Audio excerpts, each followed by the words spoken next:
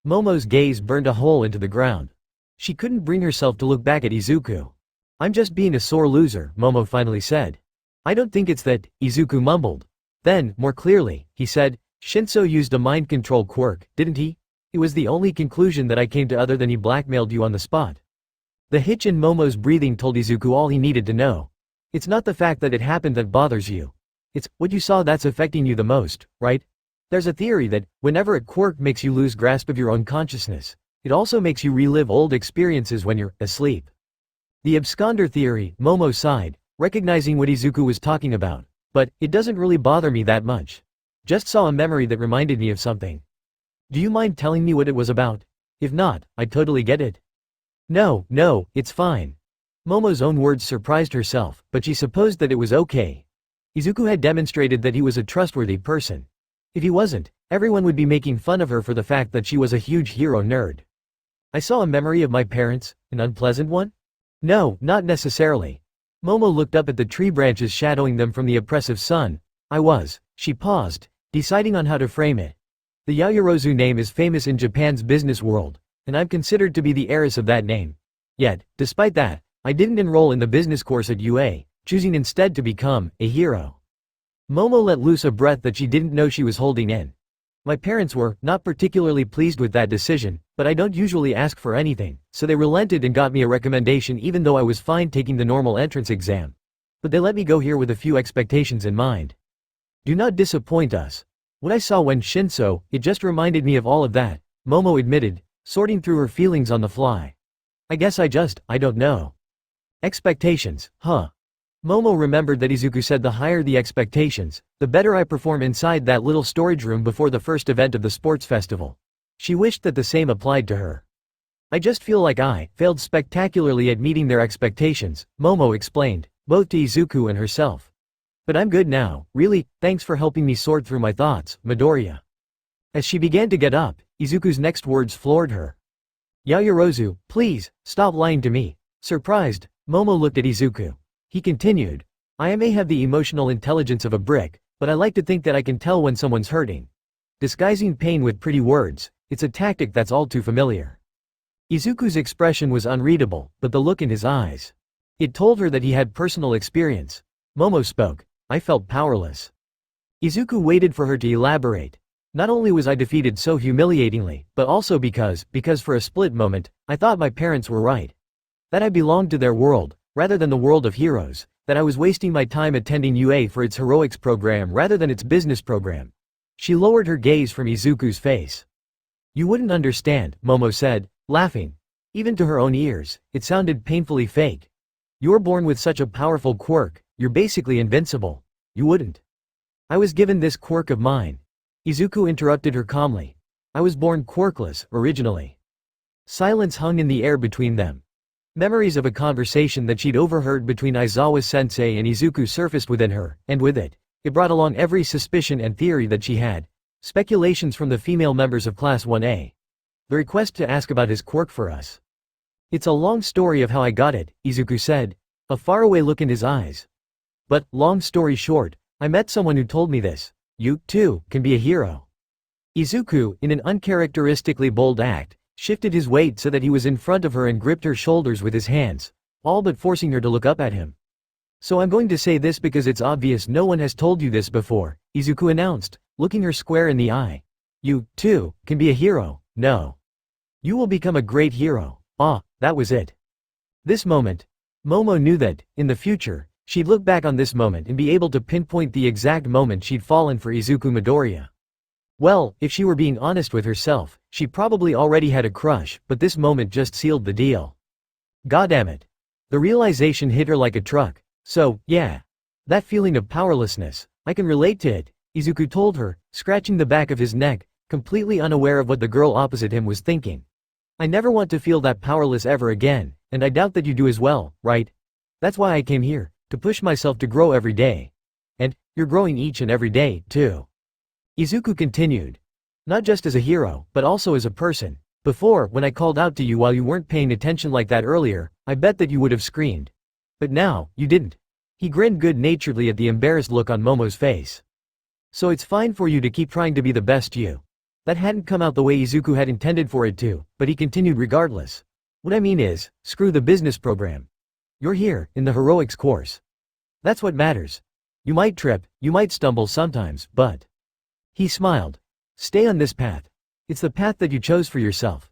There's incredible value in that. So, Yaoyorozu, I'm not asking you to cheer up or anything like that, but I'll just say this. You're not wasting your time in the heroics program. It wasn't a mistake.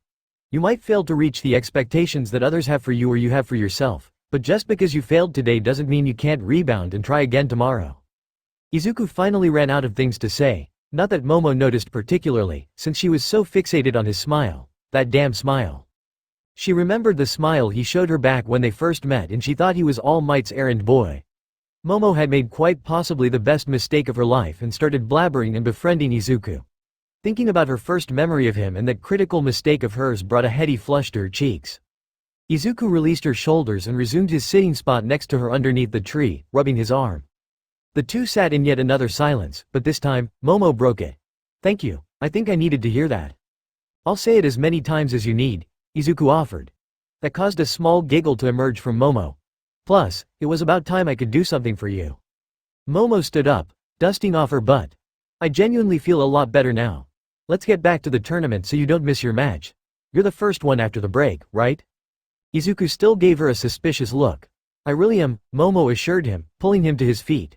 Sensing the truth in her words and seeing her generally cheerier attitude, Izuku relented, allowing himself to get dragged back up to his feet. Momo took one look at their joined hands and gave him a squeeze before letting go, the two standing up outside of the tree's shade. The walk back was coated in a comfortable silence, both just enjoying the other's company. When they reached the stadium, Izuku waved at a few curious onlookers who immediately recognized him, but they were otherwise uninterrupted as they made their way towards waiting room 4. By that point, there were only a couple of minutes before Izuku's match began, so Izuku left his phone and earbuds with Momo before going to a private room to warm up. But right as he was about to leave, Momo spoke up and said, can I ask you a question? The response was cheerful. Yeah, go ahead, can I call you Izuku? Of course you can, Yaoya, Momo. Please call me Momo. Right, Momo. And, Izuku? Yeah? After your match is over, can you come back? To me, but those last two words were tactfully left unspoken. Sure, no problem. He smiled at her, that damn fucking smile. Tamura Shigaraki stared at his soup, deep in contemplation. The way that Izuku had shattered the earth was definitely not in his portfolio. He shouldn't have a strength-inducing quirk of any kind, yet here he was, smashing the earth and creating craters and destroying ice walls with a single punch. Kurogiri, how long does it take to get a hold of Himiko? Tamura snarled, tapping his foot in impatience. She's not responding, the billowy man said. How many times have you called her? Multiple times. Tamura groaned. Giving up isn't gonna help things. Give me the phone. Kurogiri handed Tamura the phone as the dark-haired man watched languidly from the corner of the table. Tamura dialed Himiko's number and was immediately sent to voicemail. He couldn't see Kurogiri's facial expression, but Tamura was sure that his face screamed I told you so. He dialed again, sent to voicemail. You have the wrong number, Himiko's recorded voice said, never call again. He dialed again. You have the wrong number, hung up and dialed again. You have the, hang up. Dial. Taking a deep breath to calm himself, Tamura idly thought about how many times he'd stressed to the girl to always pick up the phone if he or Kurogiri called her. How many times did he have to call to break out of Do Not Disturb? The next time he called, he finally got an answer. What, Kurogiri? How many times do I have to tell you, pick up the damn phone when we call? Tamura hissed into the phone. Shiggy, huh? Silence from her end. Goddammit. How many times do I need to tell you to not call me that? Tamura said flatly. Himiko completely ignored him. Shiggy, what do you want? Information. And why is it so loud on your end? Where are you right now? In the UA Sports Festival stadium thingy, Himiko answered, gimme a moment. Gradually, the din on her end of the phone lessened until it was completely silent. What do you want? It was less of a question and more of a demand. Izuku Midoriya, Tamura said shortly. His quirks aren't the same as they are in his profile, they're different. Do you know anything about this? The line was silent. Then, what do you mean different? Tamura sighed. He noticeably did not have a strength enhancer quirk. It was one of the things that he regretted not putting in him when he was being made, yet here he is, creating earthquakes by stomping his feet. Got any info? No, her delayed response was suspicious. Aren't you supposed to be close to him? Tamura asked. knowing that these words would get a reaction out of her. Do you really know nothing? I guess Izuku doesn't trust you that much, huh? Her response was cold, just like he expected. Watch what you say, Tamura. I'm just saying that it seems like our little spy isn't as close to the target as we initially thought, he sneered. Maybe we should call her back and send in someone else as a replacement. Take me away from him and I'll kill all of you, Himiko threatened in return. Tamura paused. Depending on whether or not she still had their blood in storage like she usually did, she might just be able to follow through on that threat. Her quirks were very specialized, but their effectiveness against targets she prepared against was indisputable. Relax, I was only kidding. Not really, but Tamura said so anyways. Just keep an eye out for it, will you? Maybe try and figure out for us. That'd be really helpful. She hung up on him. Tamura threw the phone back to Kurogiri, who wasn't expecting it and thus dropped it, cracking the screen. Paying that no attention, Tamura sat and thought for a while. All for One had taken Izuku initially, or so he claimed, because he was quirkless, and being quirkless made it more likely for someone to survive gobbling up all of those quirk factors. There were three options as to what was happening here. The first option was that All for One had simply forgotten that he had given Izuku a strength enhancer quirk and all of the files that they had on him also conveniently forgot. This option was so unlikely to be true that it would have been extremely hilarious if it ended up being the case. The second option was that Izuku actually had a quirk initially that All for One didn't notice. This was also unlikely to be true, which left the third option wide open. Izuku Midoriya had been given a quirk by someone who was not All for One. And a strength enhancer quirk that was passed on from generation to generation all pointed to one possibility. And we're back from the break, President Mike joyfully declared, voice reaching far and wide. Due to popular demand, in the 30-minute break, we have installed microphones inside the arena so you, the viewer, can also hear what the participants are saying, and without further ado, on with the show. Can Izuku Midoriya and Hitoshi Shinso come to the entrances? Midnight called. Hitoshi Shinso, blue entrance. Izuku Midoriya, red entrance. Izuku headed towards the red entrance, bumping into Katsuki on the way. Katsuki didn't even wish him good luck. All he had to say was, you better not lose to this shitter. Not planning on it, came Izuku's response. He arrived at the red entrance and walked out onto the pitch, taking up a ready position at his designated spot. Hitoshi was already there at the opposite spot waiting for him. After confirming that they were ready, Midnight signaled the start of the match. Begin. Before you say anything Shinso, Izuku immediately said, beating the other boy to the punch, I just wanted to let you know that I am aware of the fact that you have a mind control quirk of some sort. I have no idea how it works, but I want to beat you fair and square, so I'll let you activate the quirk first instead of just rushing you. How does that sound? Hitoshi studied him with calculating eyes. Are you sure about that? Of course. I've always, a cold, dark room. A faceless man in a black suit. The words, you, are my greatest creation, Izuku blinked. He was still standing where he'd started, not having moved a single inch. The look on Hitoshi's face was one of genuine surprise when Izuku took a step towards him instead of towards the boundary like he'd ordered Izuku to. Izuku hummed. It seems like your quirk isn't strong enough. Hitoshi Shinso 612 Chapter 10, Closing Stage. Izuku Midoriya stood quietly in a barren field, deep in his subconscious. If you want the voices to disappear, you just have to make the person disappear. He stared at the six figures before him. They varied in age and in gender, but they all shared one trait. They were indisputably scared, terrified of the boy in front of them. A few of them got down on their knees and bowed their heads, pleading for mercy. Two stood and got ready for a fight. A little girl, the youngest among the group of people, just stared at him with wide, fearful eyes. The way to make a person disappear is simple. Izuku glared back at the six people. They were the reason that he underperformed in the arena.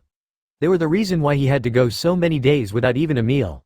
Their constant blabbering tore his head apart, and they deserved no mercy. You just had to kill them. The little girl stared up at him. She was young, younger than even Izuku. She was probably 4 or 5. He faltered for a moment, but then, Izuku steeled his heart. He had to do this. They were already dead. Remnants of a person trapped within their quirk factor. Ghosts without a name. The faceless man's words echoed in his brain. Visualize being better than everyone else. That is the essence of being a king. Izuku wasn't sure if it would have worked on the other children that he faced in the arena, but against these nobody ghosts, these humans who weren't even alive anymore, he could visualize being better than them. After all, he was the one that was alive, and they were the ones who were dead. They were already dead. Izuku reminded himself of that fact. An oppressive aura surrounded Izuku and the 6 vestiges. They couldn't even move under the effects of Izuku's quirk, King's Will. Izuku mentally prepared himself for what he was about to do. He had to do it. If he didn't, he'd get no peace for the rest of his life. The vestiges might take over his body. And, most importantly, he'd get no food if he kept on losing in the arena, due to these annoyances taking up the vast majority of his brain's computing space and causing his body to break down. But still, a timid part of Izuku questioned if this was truly the best method. Surely, they could figure out a way to coexist? No, the rest of Izuku argued.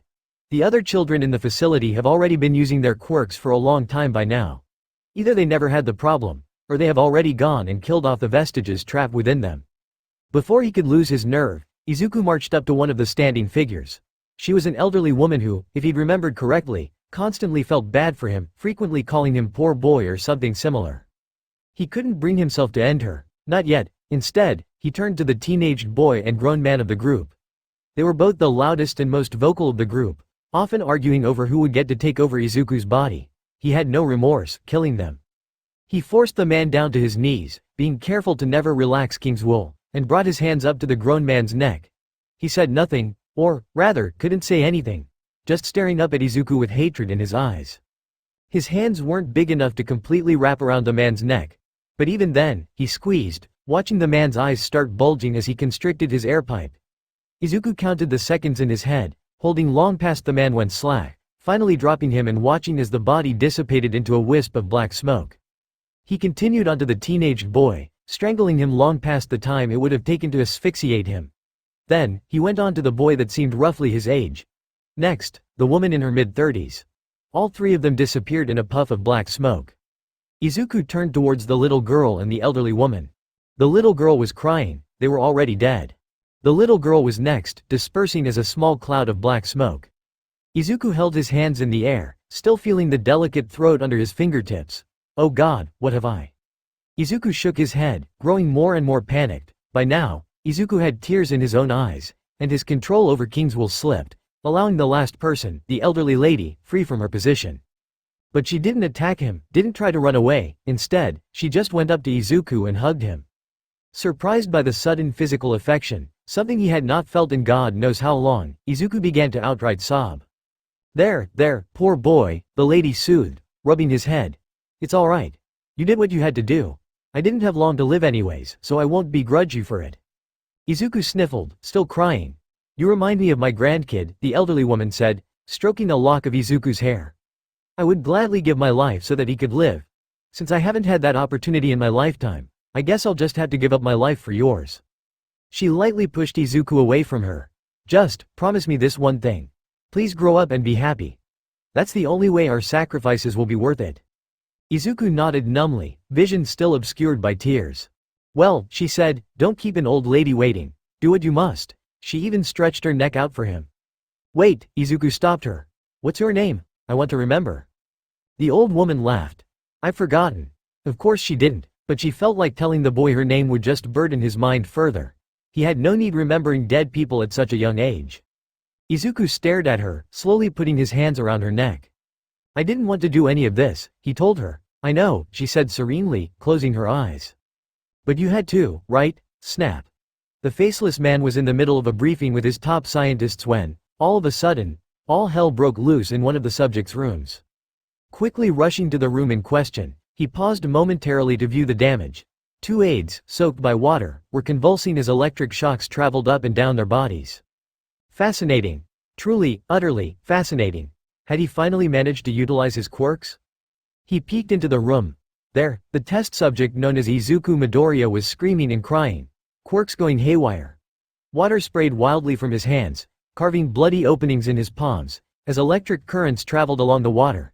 He didn't feel anything, but he was sure that Izuku's King's Will must have been in full effect as well. Izuku! The faceless man called, stepping into the room proper. He was hit by the water, but the electrical current did nothing to his body thanks to the myriad of defensive quirks he had. Izuku! The boy didn't calm down. Eyes wide and streaming with tears, he continued rampaging on the bed. Even the bruises that he'd sustained during the fight in the arena earlier today looked like they'd been healed. Truly fascinating. The faceless man reached the bed and slapped Izuku across the face with just enough force to bring him back to reality. The water and electrical current faded away, leaving a soaked boy lying on the bed. "What's wrong, Izuku?" the faceless man asked, placing a hand on the boy's shoulders. "What happened?" For a while, Izuku remained silent. Then, "I did what you said I should do. I killed them." The faceless man sat there for a second before he finally understood what Izuku was getting at. Their conversation earlier that day about the vestiges of people trapped in their quirk factor, so he was really able to go and do it, huh? The good news brought a twisted grin to the man. "Fantastic, Izuku." He praised the boy. "You're the only one out of the group so far." It wasn't a lie. The rest of the members of their experimental group could utilize their quirks, but they couldn't use the quirks given to them to their fullest potential. To be able to fully utilize a quirk required doing one of two things: getting permission from their owner or getting rid of them. Izuku had been the first and only one to achieve that requirement. "Ever since you said that you could hear the voices, I thought," the faceless man laughed. "You might just be the most compatible one. Tell me, how did you manage to kill them?" Izuku hiccuped and flinched when he said the word kill, but Izuku did not dare to leave his question unanswered. "I used king's wool to make them unable to move, and then I just choked them." "Well, it's fortunate you were up against vestiges. King's wool isn't that effective against real humans, you know," the man chuckled. "Unless you get strong enough, that is." Izuku still looked down. The faceless man had to rectify that. "Sometimes there are things that need to be done. Sometimes you must kill. To rid this world of filth and trash, is it not just better to eliminate them for the betterment of human society?" "Why yeah." A bit of hope returned to Izuku's eyes. "The ones that you killed today," the man continued, throwing up air quotes around the word killed, "they weren't even real humans. Like I said, they were the vestiges of a person trapped inside their quirk factor. You shouldn't even lose sleep over that." Izuku nodded slowly. The faceless man could tell that this moment was pivotal. Whether he grew up to become a good soldier or an outstanding one hinged on how he chose his words at the moment. "Listen, Izuku. I am putting you through all of this to make you strong. Strong enough to create a world where senseless killings don't have to happen." He didn't further elaborate on his plans, leaving it to another time to be discussed. He just had to make sure that Izuku understood what he was trying to say. Izuku blinked. "Make a world where we don't need to kill. But, first, we must get rid of the bad weeds that threaten to dirty the beautiful garden that is our society." Taking one look at Izuku's confused gaze, the faceless man knew that his metaphor had missed its mark. "What I am saying is that, in order to reach that goal, we need to get our hands dirty. We need to kill the people that would get in the way of our goal. What I am saying is essentially." All for one paused. The ends justify the means. Izuku stayed silent for a moment before saying, "I think I get it. To achieve the state of it not being necessary to kill, we must first get rid of those that threaten that goal by killing." "Good," the faceless man said. "You'll have to come up with your own justification, though. Something that you believe in. People have different rationales and justifications that allow them to kill. You need to find your own." The sudden progress that Izuku made was very promising. Aside from being the first test subject that showed awareness of the vestiges and killing them, Izuku demonstrated understanding of what the faceless man was getting at. He didn't want mindless supersoldiers. He wanted high-functioning supersoldiers that could think for themselves so he didn't have to micromanage them. High-functioning supersoldiers that were loyal to him, of course. Find my own justification, Izuku thought long and hard, even after the faceless man left him, but he wasn't able to come up with one. Unbreakable closing stage. Around the time that the first round of the UA Sports Festival's tournament ended, a certain meme began gaining traction across message boards and forums. It was the unlucky Kaminari meme. An image snapped right when Denki Kaminari was flailing in a net with Mei Hatsume smiling triumphantly in the foreground. The first post had read, "When the teacher gives your essay the A and the essay you copied off of a B," and that had sparked a myriad of similar posts. To contrast that, the lucky Denki meme surfaced. A photo snapped when Denki gazed at Mei in confusion after she forfeited the match. The first person to post that had said, "When you fuck up but still get rewarded for it." Either way, Denki Kaminari was made into a meme template, a fact that he would later surprisingly show much pride in. Hitoshi Shinso knew he was screwed. The second that Izuku heard his voice and allowed Shinso to speak, he thought that that would seal the deal. As he commanded Izuku to turn around and leave the boundaries, the other boy just blinked at him and took a step towards him. Hitoshi met Izuku's gaze and felt the pressure. He didn't know how to explain it. It just felt like the air itself was pushing down against him, rooting him in place. He felt like kneeling and begging for mercy, but his pride wouldn't allow such an outcome. He grit his teeth in ready-to-combat stance. Hitoshi didn't have much, or any, for that matter, training in martial arts, But he was determined to go down with a fight. How much of a fight he could put up against someone who'd been rumored to decimate a climbing wall with one punch, he didn't know, but he had to at least put up a fight. His dreams, his aspirations, he couldn't give up here. Hitoshi wanted to be a hero. Hitoshi prepared and, all of a sudden Izuku was in his face, his fist swinging in a straight right hook towards his cheek. Hitoshi didn't expect the sudden movement, so he was completely defenseless as Izuku's fist smashed into his cheek. The blow alone felt disproportionately powerful for someone of Izuku's rather diminutive stature, as if it had the force of 10 men behind it. Of course, Izuku had only put 10% into the punch, so he didn't seriously hurt Shinso, but there was no way for the other boy to know that. Hitoshi was instantly floored, the world spinning around him as he desperately tried to get up. But Izuku was faster, grabbing him and hoisting him up with his 2 arms with that inexplicable strength of his.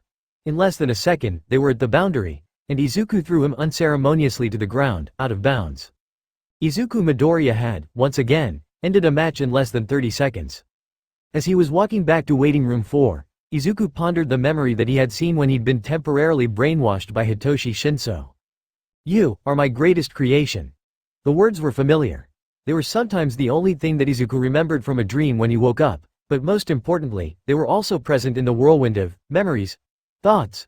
He didn't know how to describe it, but they were also present in the things that a certain Tamura Shigaraki elicited from him. Visualize opposites. Visualize reconstructing, not healing. Visualize firing from your hands but with, visualize sinking into the. Visualize, than everyone else. Visualize, a cold, dark room. A warm, comforting hand, and the words, "You are my greatest creation." Izuku shivered, raw terror crawling down his throat for a brief moment before he shook it off. Just, who had said that to him? Should he ask Toshinori about it? It felt like a word right on the tip of his tongue, something important that Izuku had unfortunately forgotten. Something precious to him, something integral to him, it's just that Izuku couldn't remember. And that was frustrating, to say the least. The suspicions of the past returned to him, that he had a whole set of quirks completely separate from One for All's quirks. But that shouldn't be possible. He didn't even know of a mechanism upon which he could receive a whole other set of quirks, except what Toshinori had told him. The villain ruling Japan from the shadows. He gave his brother a quirk. But that was impossible. One for All had multiple generations, right? That villain should be dead. He remembered Toshinori had not explicitly stated that he was dead, but he didn't say that he was alive, either. He just said that Tamura was probably from the same organization, and that's how he knew about the One for All quirks. Toshinori insisted that his quirks were from One for All. Chrono Force and the others like Black Whip were all One for All related quirks. That's what Izuku decided to believe in, despite his instincts screaming at him otherwise. He decided to believe in All Might, in Toshinori, his mentor. By the time Izuku returned to Momo, Shoto and Eijiro's match was already over. Did he get iced? Izuku asked Momo. The girl nodded. Instant KO. Izuku whistled, settling into his seat. Momo furtively glanced at him, sneaking in some peeks at the way his eyes seemed to sparkle and at his Adam's apple bobbing up and down as he swallowed. Face turning a light red, she looked away before Izuku could sense anything was off. Instead, she covered for her own embarrassment with words. "Hey, Izuku," Momo said, not daring to look at him. "I have a question." "Go ahead, ask it." Momo held down the real questions that she wanted to ask and said, "The someone who told you that you could be a hero. What type of person was he?" She stole a glance at Izuku, seeing a soft smile grace his features. "He's larger than life, a true hero. I still can't believe it, sometimes, that he decided on me, of all people, to give his quirk to." He was talking about All Might. Momo was sure of it. "If you don't mind me asking," Momo ventured, touching the fingertips of her hands together, "what exactly is your quirk? You've been pretty vague about it." Izuku paused, briefly pondering how he should answer the question. "It's a stockpile of power that grows as it is passed on, I think. The quirks of its previous users are also stored as a subset of quirks. There's the overall quirk, and then offshoots of unique quirks. For example, this. Here, Izuku allowed a strand of darkness to appear from his hand. Is Black Whip one of the previous user's quirks? It's actually pretty mind-boggling. I don't know of any other quirk that can be passed on like this one." Momo, fascinated by the black strand, poked it with her finger. It felt remarkably sturdy, and it slowly coiled around her hand. "Another is Electromagneta and Chrono Force," Izuku continued.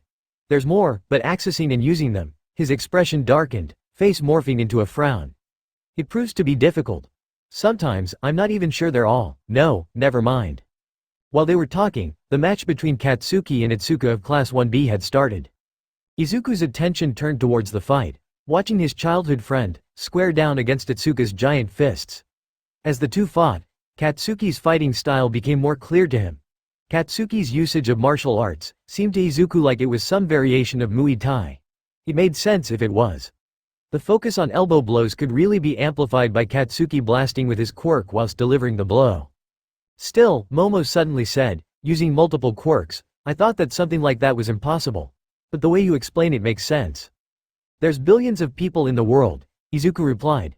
With such high variance and so many people, something like common sense can't really be applied anymore to quirks. The known types of quirks, emitter types, transformation types, mutant types, accumulation types, soon, they won't be enough to describe all the new kinds of quirks popping up. Momo nodded. Izuku was watching as Katsuki broke out of Itsuka's humongous grasp by blasting her palms with his own quirk, but Momo was too busy watching Izuku to be paying any attention to the fight. Momo was always subconsciously aware of this, but now, she just took a moment to appreciate how handsome Izuku was. Was handsome the right word? Excessively cute might have been a better description. As she debated what word would be best to describe Izuku, she completely missed the ending to Katsuki and Itsuka's match. Apparently, according to Izuku, Katsuki had caught Itsuka off guard with a powerful explosion, completely blasting the girl out of bounds. While Izuku excitedly recounted the end of the match for her, Momo couldn't help but find him utterly adorable. Maybe that was the right word to use.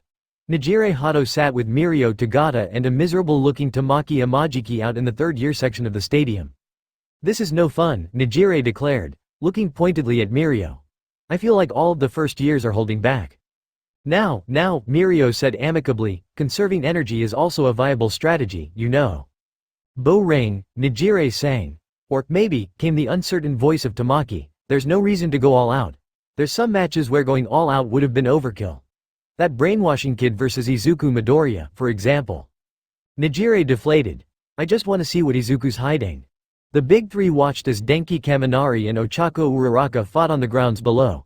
To be honest, the boy looked completely spent after his first match with Mei Hatsume, the support course student, so he could only offer half-hearted shocks whenever Ochako got too close. For Ochako, it was a waiting game. How many times could Denki zap before he fried himself? How can you be so sure that he's hiding something? Tamaki asked, already knowing that he was going to regret doing so. I can smell it, Nijire said seriously. Tamaki gave Nijire an incredulous look and glanced at Mirio. The other boy simply gave him a look that said, don't question it. It seemed that Denki finally reached his breaking point. The boy literally took a seat in the middle of the match and smiled at Ochako, drawing circles with his fingers. She took mercy on him and quickly negated gravity's effect on him, moving him until he was out of bounds and carefully dropping him. That was anticlimactic, Mirio noted. The big three all nodded in unison. After another break was announced before the semifinals began, Izuku got up from his seat and looked at Momo. I'm gonna go stretch my legs a little bit, Izuku told her, knocking her out of what seemed to be deep thoughts. Wanna come with me? Momo flinched, looking at Izuku owlishly, a faint blush on her cheeks. Oh, yes, of course. I'm a bit thirsty. We can go to the soda stand, Izuku offered. I remember seeing it somewhere on the middle levels of the stadium, near the rooms that the pro heroes are all at. Maybe we can see someone cool. Momo nodded enthusiastically. I heard that pretty much all of the top 10 heroes are here. Her eyes sparkled with excitement. Maybe we can see her. Izuku didn't have to ask who, her, referred to. It was probably Mirko. The two exited waiting room 4 and made their way towards where Izuku remembered the soda stand was. As they climbed the steps towards the middle levels, Momo remained silent. She looked like she was deep in thought, so Izuku didn't attempt a conversation. She was probably mentally preparing for what she'd do if she ran into Mirko. They arrived at the soda stand and got in line. Disappointingly, they ran into 0 heroes along the way. Not even a local hero. The only things that they got were looks of recognition and hushed whispers. That didn't stop Momo, though. She was still looking around with a pure, hopeful look on her face. While they were just about to reach the front of the line, he noticed Momo stiffening. Go, he said, not even checking to see why she had stiffened. It was pretty obvious that she had spotted Mirko. I'll pay for your drink, just tell me what you want. Momo looked at him like he was a saint and replied, water. Thank you so much. She then took off like a madwoman somewhere towards the left side of the stadium, disappearing behind a throng of people. Izuku dimly wondered how she had even spotted the pro-hero, but then, he remembered somewhat self-consciously that she was taller than him and could probably see things that he couldn't. He got to the front of the line and ordered a sports drink for himself and a water for Momo. After swiping his school ID card for payment, he grabbed the 2 drinks and set about looking for Momo, heading off in the same direction the brunette had disappeared to. As he was walking and looking for Momo, he came across an interesting sight. Shoto and Endeavor, hidden away in an offshoot corridor, having a hushed discussion. Shoto's normally stoic face was twisted with agitation, his hands balled into fists. As he got closer, he caught the tail end of their argument. Only used your fire because it was Midoriya, Shoto hissed. You should use it more often, you could have stomped the first event easier that way. Stop acting like a child, Shoto, Endeavor responded, sounding exasperated. I gave you the power for a reason. You think that you hit the genetic superpower lottery jackpot thanks to mere chance? I made you. Yikes. Izuku could see why Shoto described Endeavor as shitty father. That was a pretty damn shitty thing to say to a kid. Doubly more so to your son.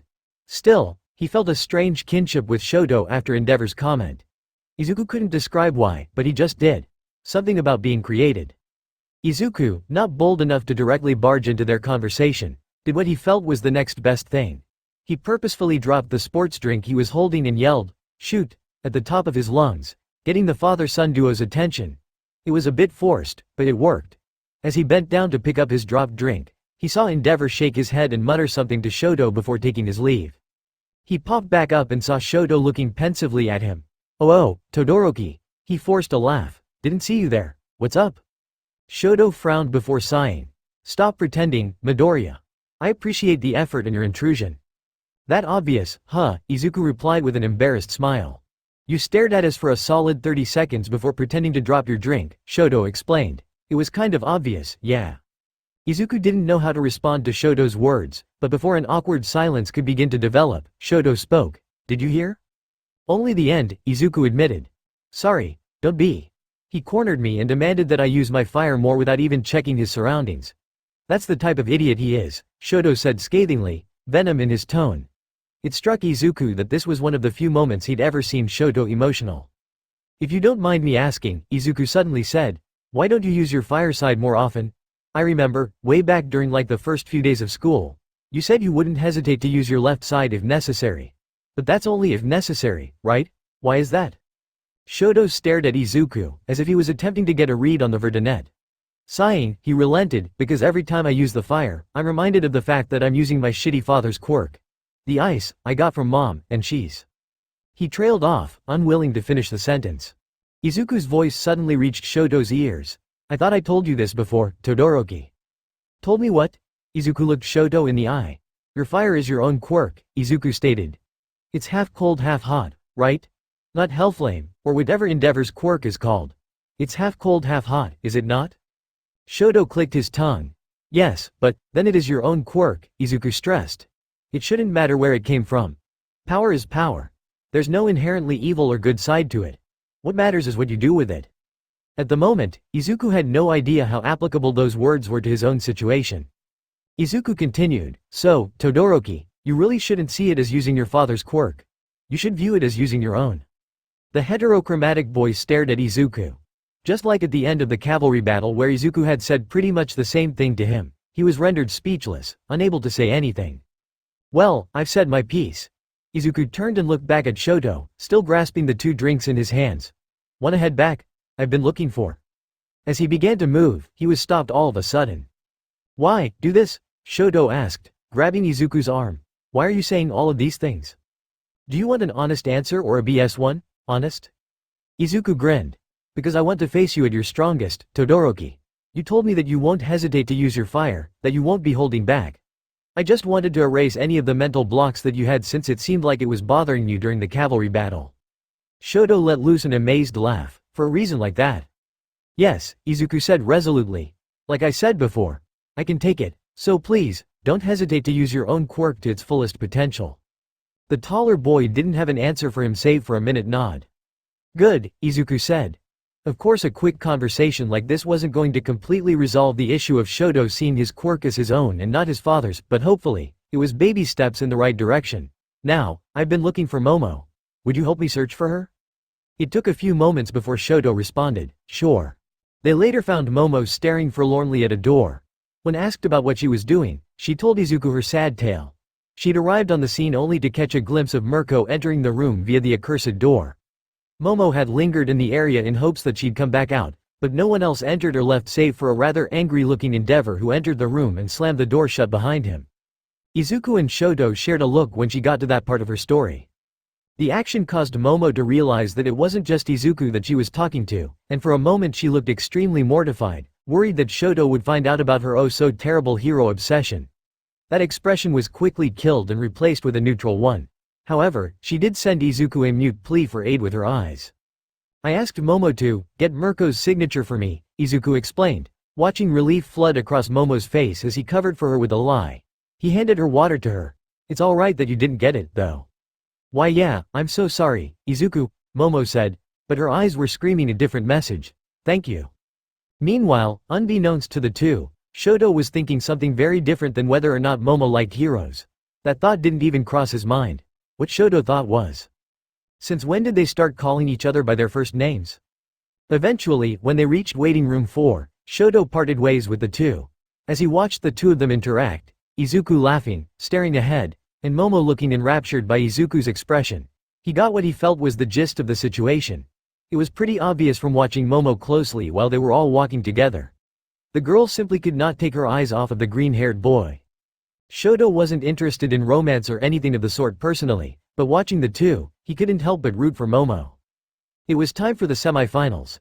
Having been called to the field by midnight, Izuku walked out on the red side followed shortly by Shoto, who came from the blue side. The two met eyes, and Izuku wondered for a moment if this was the same Shoto who'd been so, comparatively, expressive during his conversation with Endeavor. The Shoto before him was like an ice wall, facial features stone cold. Izuku briefly went over his battle strategy this round. Get in Shoto's personal space and defeat him in close quarters combat. The Todoroki had the advantage in distance, so Izuku would just have to erase that advantage by getting close. Ready, midnight started. Begin. Izuku knew what was coming before it even happened. Channeling 50% of One for All, held back by Chrono Force, into his right arm, Izuku was prepared for the massive glacier that materialized from seemingly nowhere. As it raced towards him, Izuku darted forth and met the ice at the center of the stage, blasting it to smithereens with a single blow. The crowd roared in awe at finally seeing someone not get instantly eliminated by the ice. This enabled him to get a free look at Shoto, who had his left side inflamed to keep himself from getting frostbite. Face ever impassive, it seemed that he had been prepared for his usual one-hit KO move to be useless against Izuku.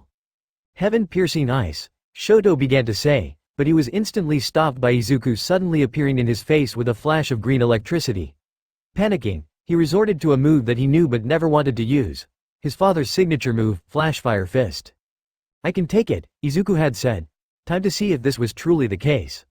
Raising his tenuous connection to his fire to the maximum output and gathering all of his flames into a white-hot point on his left fist, Shoto let loose the attack, punching forward at blistering speeds exceeding even Izuku's restricted 50% state.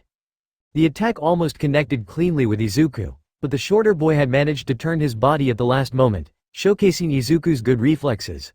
Still, the only reason that he was in this position was because Izuku didn't know that Shoto had a move like this in his arsenal.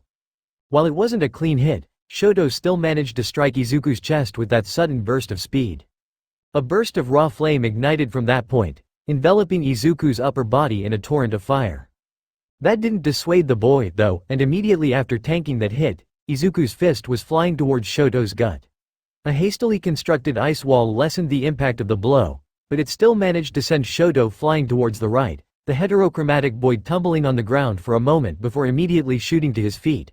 While he did not take a direct blow from Izuku, Shoto could tell that a single direct blow from Izuku would likely mean game over for him. Fortunately for him, Izuku didn't seem like he was in a rush. He glanced down at his shirt, or the remains of it, and groaned. "I'm going to need another new one. My mom's gonna pitch a fit when she sees these charges on her account." Izuku tore off the remains of his shirt, ignoring how the crowd went wild at that action. The tatters would only get in his way, but listening to the crowd go bananas, hooting and hollering, it brought a red flush to his cheeks completely unrelated to his battle. Shoto disgruntledly noticed how his attack left nary a trace on Izuku. "I can take it." Unfortunately for Shoto, that seemed to be the case. But the good news was that Shoto, for once, he didn't have to worry about holding back. Actually, He couldn't afford to hold back, not against Izuku. Not against this unknown kid with the unknown quirk and the unknown experiences. He could. No, should use his full power here if he wanted to stand a chance. For the first time in quite a while, a smile crept onto Shoto Todoroki's lips. He activated his quirk and set up Wall of Flames, forcing Izuku to hop backwards as red-hot flames expanded around Shoto in a circle. Shoto knew that, in a purely physical duel, Izuku would wipe the floor with him. Flashfire Fist was his only means of close-quarters combat, and Shoto wasn't as practiced with that move as he should have been due to him neglecting his left side during training. That left-ranged attacks, he had to force Izuku out of bounds and win that way. Shoto upped the ante, supercharging his left side and sending a blast of heat and fire outwards in a circle. He'd somewhat hoped that this would be enough to force Izuku out of bounds, but his expectations were dashed when he spotted Izuku blitz through the firewall, flames licking him every step of the way. Those strange black tendrils of his anchored Izuku to the ground, preventing him from being thrown out of the boundary lines. Shoto was prepared for this outcome, though. With his left side completely ignited, it had melted away any frost covering his body.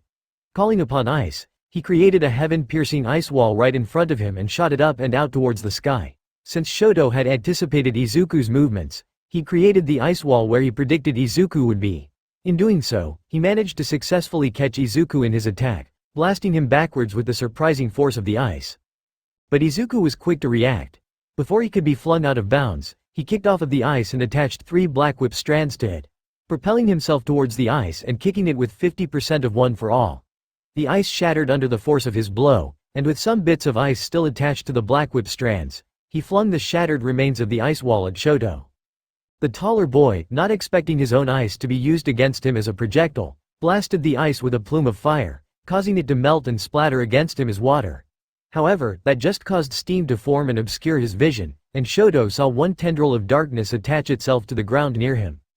Red flags going off in his head, Izuku created 3 ice walls in front of him just in the nick of time. From the steam, Izuku appeared, fist raised back. He met the ice walls with force, shattering through the first 2 before reaching back with his right hand, electricity arcing off of the limb. Shoto's instincts told him to dodge the upcoming blow, so in a panicked state, he just created more ice walls between him and Izuku. That proved to be inconsequential. The raw force of Izuku's next punch blasted through the ice walls, completely shattering them into fragments and sending Shoto flying backwards. He only managed to catch himself from going out of bounds by hastily constructing an ice wall right where the boundary was, smacking into it painfully and knocking all the wind out of him. Even on the ground, Shoto knew Izuku wasn't going to relent in his assault. In a last-ditch effort, Shoto began to deploy his ice in an effort to chill the surrounding air. The moment he saw Izuku's form racing towards him, Shoto switched to his left side and rapidly heated the air, expanding it. The combination of cold, then heat created a devastating blast of energy that rushed out with Shoto as its epicenter. For a moment, the whole stadium was stunned into silence as a flash of light enveloped their senses, creating a hyper-intensive boom and straining the protective systems surrounding the battlefield. That was the power of Flash Freeze Heatwave. It was one of the first super moves that Shoto came up with, and it was the type of move Shoto would only ever use as a last resort option. While it drained him of energy, it was extremely destructive. Shoto was confident in its raw ability to annihilate. But, as Shoto spotted the form of Izuku, latched into the ground with 4 tendrils of darkness and looking no worse for wear save for his smoldering pants, he knew that it wasn't enough. Panting and sensing that Izuku was about to charge straight at him once again, Shoto readied another blast of Flash Freeze Heatwave. He'd never done it twice in a row before, but Shoto figured that there was a first time for everything. To give it some extra oomph, this time Shoto broke character and yelled as he unleashed his attack. Flash Freeze, Heatwave. Another flash of light enveloped the stadium as fire and ice exploded forth, but this time, Shoto felt something latch onto his leg. Instinctively grabbing at the protrusion, Shoto was startled to find it to be one of Izuku's blank strands of darkness. As he felt himself start being yanked towards Izuku, Shoto acted quickly and blasted the strand off with a plume of fire. But, perhaps due to being too winded after using his super move twice in a row, Shoto failed to notice that it was a distraction. The real threat was the green-haired boy that was suddenly invading his personal space. Shoto readied a blow of Flashfire Fist, but he was caught completely off guard when Izuku went low and grabbed his legs, picking him off the ground effortlessly with that inhuman strength of his and slamming him into the ground. With the wind completely knocked out of him and already feeling exhausted after using Flash Freeze Heatwave twice, Shoto could only watch helplessly as Izuku, glowing in ethereal green and with arcs of electricity flying everywhere, raised his right fist. That was the last thing he remembered seeing before it all went dark. In your face, Enji, in your face. It was close. Endeavor sighed, trying his best not to blow the room that the top 10 heroes were sitting in to smithereens. As if, Mirko laughed and guffawed, holding out her hand. Arbet, fulfill your end of it. The rest of the heroes watched, highly amused. While some wanted to see Mirko's reaction if Izuku had lost, Endeavor's sullen expression was just as entertaining. Grumbling, Endeavor reached into his wallet and forked over 10,000 yen. Ultimately, it was not even a smudge in the number 2 hero's finances, but it was a serious blow to Endeavor's pride. Here. Mirko held out a small notebook open to a blank page and a pen, and Endeavor snatched both items away from the grinning bunny girl, signing the notebook with the usual large and robust Endeavor signature. As per the terms of their agreement, he added, you win, this time. Mirko took back the notebook and pen with a large grin on her face. Getting signatures from heroes, especially ones that she met out on the field, was typically a piece of cake, but Endeavor's signature had been eluding her. With this, her collection was nearing its completion. Hey, is that the same one that I, Crust began, whistling in appreciation when Mirko sighed and opened the notebook to the page that had his scrawling signature on it. That notebook does look familiar, Edgeshot mumbled. He raised an eyebrow in surprise when Mirko flipped to the page with his neat signature. Sentimental, much, Hawks teased, knowing full well that his signature was somewhere in that book. Oh, shut it, Mirko grumbled, putting the notebook into a small backpack. If she told him the real reason she kept hero signatures, Hawks would probably laugh her to the moon and back, because of her, Mirko. Mirko sighed. Nothing good comes out of dwelling on the past. Endeavor, is that a smile I see on your face? Best Jeanist suddenly said, surprising Mirko out of her thoughts. The man huffed. Shoto may have lost, but to see him rely on and use his fireside so much, as a father, I can't help but be moved. He even used Flashfire Fist, he'd really been paying attention, huh? Ah, is Endeavor-chan about to cry on us? Crust grinned. Watch what you say, old man, aren't we the same age? After helping carry Shoto's unconscious form to Recovery Girl and retrieving yet another set of UA clothes to replace his ruined, for the second time, pair, Izuku returned to Momo in waiting room 4. The next match between Katsuki and Ochako had already started by the time he returned. Like all of Katsuki's previous matches, the boy was conserving the usage of his quirk and engaged Ochako in martial arts. The more he watched Katsuki, the more obvious the boy's influence from Muay Thai became. Ochako seemed to be well versed in some sort of martial art as well, though its name wasn't made immediately clear to Izuku due to Ochako's own unique spin on things. However, Ochako's quirk seemed to help Katsuki more than it hindered him. The first time she sent him flying, Katsuki just redirected himself by blasting with his palms and delivered a devastating shin blow to Ochako's chest. Then, she realized that nullifying Katsuki's gravity actually aided him, since it meant that he was free to essentially fly with the blasts he could create from his palms. Ochako still didn't give up, though. Unlike Izuku and Shoto's fight where quirk usage ran rampant, this battle was more of a test of skill. Unfortunately for Ochako, Katsuki's build and raw skill eclipsed her own, and soon, she was forced into submission by a rather brutal-looking headlock. The newly installed mics showed that Ochako wasn't a sour sport. After the match was called and she got up, the mics picked up Ochako saying, "That was a great fight, Bakugo. Thanks for holding back." She rubbed her neck where it was still sore. An annoyed TCH was all she got in response. "It wasn't for you." "I know. You're conserving energy for Midoriya, right?" Ochako grinned. "Well, good luck with that one." Katsuki frowned. "I don't need luck, whatever you say." And with that, the semifinals portion of the tournament was over. After another 30-minute break, the finals would commence. "Yes, Mom," Izuku said, slightly exasperated. "I'll be careful, yes, I'll be safe. Don't worry, I'm tougher than I look." He looked over at Momo, who had been giggling to herself the entire time he was on the phone with his mother. "Yes, the event's finals are coming up." Izuku paused. "Yes, I'm going up against Kachan, yes, I know his quirk blows things up. I'll be fine against it, I promise, yes, goodbye. Mom, I'm sorry, I love you, too. Goodbye. Oh, by the way, you might see some charges for uniform replacements. Love you so much, goodbye." He hung up his phone, sighing. "Mothers, yours seems sweet," Momo offered, hiding a smile behind her fist. "She seems worried about you." Yeah, I guess in her eyes I'll always just be a little baby, Izuku shrugged. He stood up, noticing the time. It was 15 minutes into the break period, which meant that he had 15 more minutes remaining to warm up before the finals match against Katsuki. I've gotta go warm up. Watch this for me? He tossed his phone and earbuds towards a waiting Momo, who caught them flawlessly. Do you even need to ask, by now? Smiling, Izuku left the room and headed to a warm-up room, opening the door to one that he thought was empty. Imagine his surprise when he opened the door to find a sweaty Katsuki stretching in the center of the room. Oops. My bad, Izuku said, making to close the door, but he was stopped by Katsuki's voice. Wait. Izuku did just that, waiting as Katsuki jogged towards him. Is there something that you need? Not really, the blonde boy spit out. Just double-checking with you. Are you fine with me going all out? I expect nothing less, Izuku said honestly. Good, because I've been holding back against all of the peons I faced before you just so I could go ham on you. Katsuki paused, thinking. Don't go crying to the ref when I end up hurting you. That won't happen, Izuku assured him. Katsuki's expression soured. What pisses me off is how confident you are when you say that. Well, whatever. May the better one win. He held out his hand. There won't be time to do this before the match, so. Izuku grinned and took Katsuki's hand in his, shaking it. I appreciate it. Right. Katsuki retracted his hand, rubbing the back of his neck. What the boy was thinking about, Izuku had no clue. Show me. What? Show me your strength.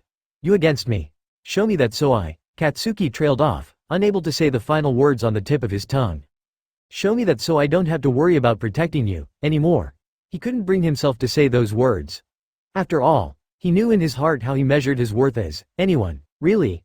How well was he able to protect Izuku? The stronger he was, the better he could protect Izuku, the person who'd been snatched right in front of his face, and the more worth he had as a person.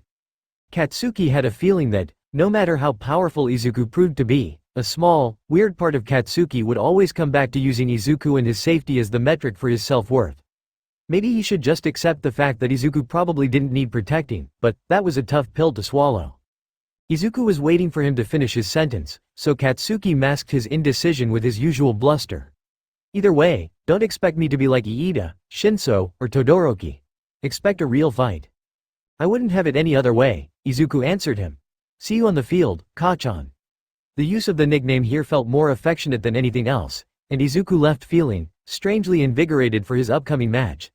Katsuki would be coming at him with everything he had, a good ol' 1v1. Shaking his head to clear it of any extraneous thoughts, Izuku found an empty warm-up room and got ready for the match. He lost track of time, and soon, Midnight's voice came over the speakers in the room. Can Izuku Midoriya and Katsuki Bakugo come forward to the entrances? Izuku Midoriya, blue entrance, and Katsuki Bakugo, red entrance. As he walked towards the blue entrance, he ran into several of his classmates that wished him good luck. Bowing his head in acknowledgement, Izuku kept his concentration up and appeared on the field of the stadium at roughly the same time Katsuki did. The two walked towards their starting spots, eyes locked on each other the entire time. This is it, Izuku told himself. You're so close. Ready? Midnight asked, getting confirmation from Izuku with a thumbs up and a nod from Katsuki. Begin. The second her words were spoken, Izuku took off in a mad dash towards Katsuki, amping up his body by 50% of one for all. But, before he reached Katsuki, the boy launched himself into the sky with his explosions and began spinning in a circle. The spinning motion combined with the explosions generated by his hands created a fiery vortex of heat and energy, building up towards something. It was a move Izuku had never seen Katsuki use before, and as he began to channel Black Whip to fling at Katsuki and drag him back down to earth, an intense, sudden pain in his head told him, brace yourself. The sudden pain had never led him astray, so instead of shooting the Black Whip strands towards Katsuki, he shot them into the earth and reinforced them with one for all, anchoring himself to the ground. To be safe, he clenched his abs and freezed his body at the maximum output that Chrono Force would allow in an attempt to brace himself. It proved to be the right decision. As the fire tornado churned, it brought in oxygen to fuel the upcoming explosion. With two words, howitzer impact, Katsuki unleashed the explosion that had been building up. The resulting explosion was comparable to a missile strike. It blasted the eardrums of all the occupants of the stadium and nearly destroyed the barrier system in place to protect the viewers in the stands from attacks within the stadium grounds. It was a blast of raw power and fire that made Shoto Todoroki's fire in the earlier round look like a mere matchstick compared to a raging forest fire. The referees would have cancelled the match right there and then to find the charred remains of the poor boy Katsuki had used howitzer impact on, but they all held their ground since, well, Katsuki's opponent wasn't exactly an ordinary person. Even after the massive explosion, Katsuki was not done. He held out a palm and roared, "AP shot, autocannon." From his palm erupted a beam of condensed energy, battering away at the ground below him. As Katsuki fell towards the ground from his position up in the sky, he peppered the ground with those blasts of energy and explosive force, spraying everywhere in the flame at a target that the audience wasn't too sure was actually alive anymore, until the flame and the smoke was all blasted away by a shockwave of force, causing the crowd to gasp and gaze upon the man who had tanked all of that. Izuku Midoriya, very much alive. A feat seemingly impossible judging by the blistering heat emanating from the arena. The boy stood in the middle of a smoking and inflamed crater courtesy of Katsuki. It had hurt a metric fuckton, but that was all mental. Izuku had nearly lost right there. Had it not been for the voice telling him to brace himself, the force of the blast would have thrown him out of bounds. He was thankful for the anchoring that Black Whip gave him. Katsuki, now having a clear target, fired his AP shots at Izuku, who took 2 in the chest before he instinctively flexed his hand and visualized opposites, causing the next 4 shots to be automatically deflected. He didn't have that great control over Electromagneta, though, so the shots were deflected haphazardly, flying off in random directions, smacking into the wall or the barrier. The 2 that had struck Izuku seemed to leave a mark, though. Underneath his tattered UA shirt, his skin began to burn and blister where the 2 AP shots had struck him. He had to be careful. He didn't know when Chrono Force would give out on him. It already saved him throughout Katsuki's howitzer impact, but that definitely took the wind out of his sails if the 2 AP shots were able to physically damage him. He began to visualize reconstructing, not healing to patch the broken skin, and began to quickly think. The fact that Katsuki was able to even physically begin to damage him meant that the boy possessed enough firepower to potentially overwhelm Chrono Force. That was bad news since he didn't know the upper limit of Chrono Force outside of how many 100% one for all actions he could take. Izuku would have to work on that to figure out what his breaking point was, but that was a topic for a later date. Now, he needed to focus on the fight. Katsuki began to take to the air again, spinning in a vortex to generate another howitzer impact. Since Izuku knew what was coming now and had more time, he aimed and fired the maximum amount of black whips that he could safely handle at the flying boy. 5 tendrils of darkness raced through the air, and Katsuki spun to the left to avoid them. However, he didn't spin fast enough, and 1 tendril coiled around his wrist. "Caught you." Izuku retracted that tendril as fast as he could, and he leapt up off the ground to meet Katsuki halfway, his fist primed to strike. Katsuki, sensing the immediate danger behind receiving that blow, pointed both palms at Izuku and unleashed an unholy blast of sheer power, baptizing the area below him in flame and causing all downward momentum to be negated. The black whip strand around his wrist was blown away and Izuku was blasted backwards, smacking into the ground on his back before immediately rolling back onto his feet. Chrono Force stayed strong through that, surprisingly, but it still hurt like hell. It seemed that Izuku was at a disadvantage in the air. Katsuki had been holding back during the cavalry battle. Well, he'd been holding back the entire UA Sports Festival, and now, he was letting his true power loose. With the sheer force that the blasts from his hands generated, Izuku would be blown away any time he tried to approach him from the air. Basic physics overruled any actions he could take from the air. Stun grenade. A blinding flash of light interrupted Izuku's train of thought and completely overwhelmed his senses. In his temporary blindness, Izuku had only one thing to rely on, and a painful twinge in his skull told him, from the left. Since Izuku couldn't see, he just went with the fail-safe option. Use overwhelming force against overwhelming force. Knowing the blow wouldn't physically connect with Katsuki's body and injure him, he punched at the air with pure 100% to dissuade Katsuki, not relying on Chrono Force. He felt nothing except displaced wind and the painful sensation of his bones breaking in his arm. He immediately began to reconstruct his arm right after the blow. When his vision cleared 5 seconds later, Izuku gazed upon the destruction he'd caused. Aside from the people in the stadium stands who had been blown out of their seats even behind the protective barrier, a massive crater had appeared on the side of the wall where Izuku had pointed the punch at. Katsuki, who had been blasting at full throttle against the concussive force in a desperate attempt to stay in bounds, was panting and wringing out his obviously sore arms mere inches from the boundary line. Izuku took the time to reassess and reconstruct his arm. Katsuki didn't seem to notice it was broken, rather, the boy looked too winded to notice. The only reason that Izuku had the time to reconstruct his arm was because Katsuki was relenting on the endless assaults, taking the time to catch a quick breather. Now would be the perfect time to strike, actually. He used One for All to enhance Chrono Force and push its power output even greater, reconstructing his arm with a brutal-sounding snap. Izuku began to feel a little light-headed from doing so, but he assumed that the risk was worth the trade-off. He leapt at Katsuki with 50% of One for All, surprising the other boy by aggressing. Katsuki's fast reflexes allowed him to ignite his palms and blast to the side, but Izuku was hot on his tail. Their dance became one of life and death, with Izuku keeping pace and Katsuki desperately trying to avoid him. 4 strands of Black Whip, 2 from each side, shot out in an attempt to ensnare Katsuki, but he just blasted them off with his free hand whenever they entangled him. It did, however, succeed in slowing him down, allowing Izuku to tackle him with a burst of One for All at restricted 100%. As the two tumbled to the ground, Katsuki pointed his 2 palms at Izuku's face, hesitating to blast him point blank. One look at Izuku's eyes, however, told him what he needed to hear. "Are you really going to lose without giving it your all, Kachan?" Katsuki point blank blasted Izuku with the highest output he could muster, obscuring them in smoke. He felt himself be effortlessly lifted off the ground, and he tried getting away with desperation blasts at full force, but unbeknownst to Katsuki, Izuku had already anchored himself to the ground with 3 Black Whip strands reinforced by One for All. Izuku slammed Katsuki into the ground, knocking the wind out of Katsuki, but the blonde would still not give up. He pointed his hands at Izuku and kept blasting away in wild desperation, and Izuku took the full brunt of the blows but didn't move thanks to his anchors. While being assaulted with these blasts, Izuku raised his fist and delivered a brutal, 20% punch straight to Katsuki's head. The blonde's head swam and his vision took a turn for the worst, but he was not out just yet. With a roar, he continued delivering explosion after explosion pointed upwards towards Izuku. So many explosions that he felt his wrists begin to snap. But even then, he kept on blasting away, refusing to give up. Izuku delivered another blow to Katsuki's head, this time amped up to 30%. The blonde seemed to lose consciousness, but even then, explosions were still firing, so Izuku finally put him to sleep with one final punch, the explosions fading out into nothingness. Katsuki had unleashed so many blasts in such a short period of time that there was still smoke lingering after the boy had passed out.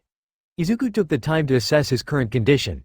The non-stop, point-blank blasts from Katsuki had broken through Chrono Force and badly burnt what felt like his upper body and face. He couldn't see the damage, but if it looked as bad as it felt, then it must have been one hell of an ugly sight. While the smoke was still up, he immediately set about using Chrono Force to reconstruct the parts that he felt were hurting, speeding it up by applying One for All's multiplier to it. The resulting lightheadedness caused him to fall to his knees and the pain nearly made him throw up, but he managed to endure it. He still felt too lightheaded to stand evenly, so instead he took a seat and waited for the smoke to completely dissipate. Izuku glanced down at himself. His shirt was long gone, though that was to be expected by now, and his sweats were close to following. Thank goodness they still remained though, he'd rather not be butt-ass naked in front of a crowd of thousands. As the smoke lightened, he looked at Katsuki, mainly to double-check that he was still knocked out, but instead, he found a sight that surprised him more than anything else. Even while knocked out, Katsuki was smiling. That was insane. The TV commentator loosened his tie, sweating profusely. In the camera that they were broadcasting to the entire world, Izuku Midoriya sat nonchalantly next to Katsuki's knocked-out body as the smoke cleared. Sweat glistened off of his bare chest and abdomen, captured in raw 4K glory on the big screen. With his tattered pants and facial expression, it honestly could have passed as a rap album cover and no one would have questioned it. The fight certainly wasn't the longest, but I dare say that it was the most spectacular, the woman next to the commentator said. What do you think, Jay? Now that he had loosened his tie, Jay unbuttoned the top 2 buttons of his dress shirt before speaking. Monica, let's just say that I was sweating from just watching it. That's how intense it was. We both suspected that Katsuki Bakugo was holding back during the initial rounds of the tournament, but, wow. Monica whistled. Who knew he'd been saving up so much firepower? The raw power on his howitzer impact, if I recall correctly, is simply absurd. The man is simply too powerful. True, but Jade turned towards the camera. If Katsuki Bakugo is too powerful. He asked the question that the nation was thinking. Just what is Izuku Midoriya?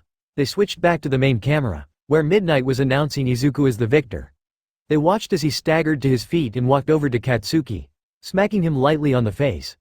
The boy jolted awake, palms suddenly reigniting, but he seemed to realize that he'd lost, letting loose a swear word that the TV stations had to censor.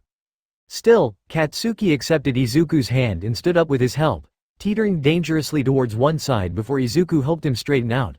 The crowd roared and cheered at the display of sportsmanship, and the next words between them were barely caught by the newly installed microphones. "Be careful. You might be concussed," Izuku said, supporting Katsuki's weight even though the blonde didn't want him to. He tried to shove Izuku off of him, but Katsuki missed completely and nearly fell over. "I'm fine. You think 2 of your pansy punches are enough to give me a concussion? I punched you 3 times, Izuku sighed, causing Katsuki to look at him in shock. "After the second one, you were still blasting, so Izuku trailed off.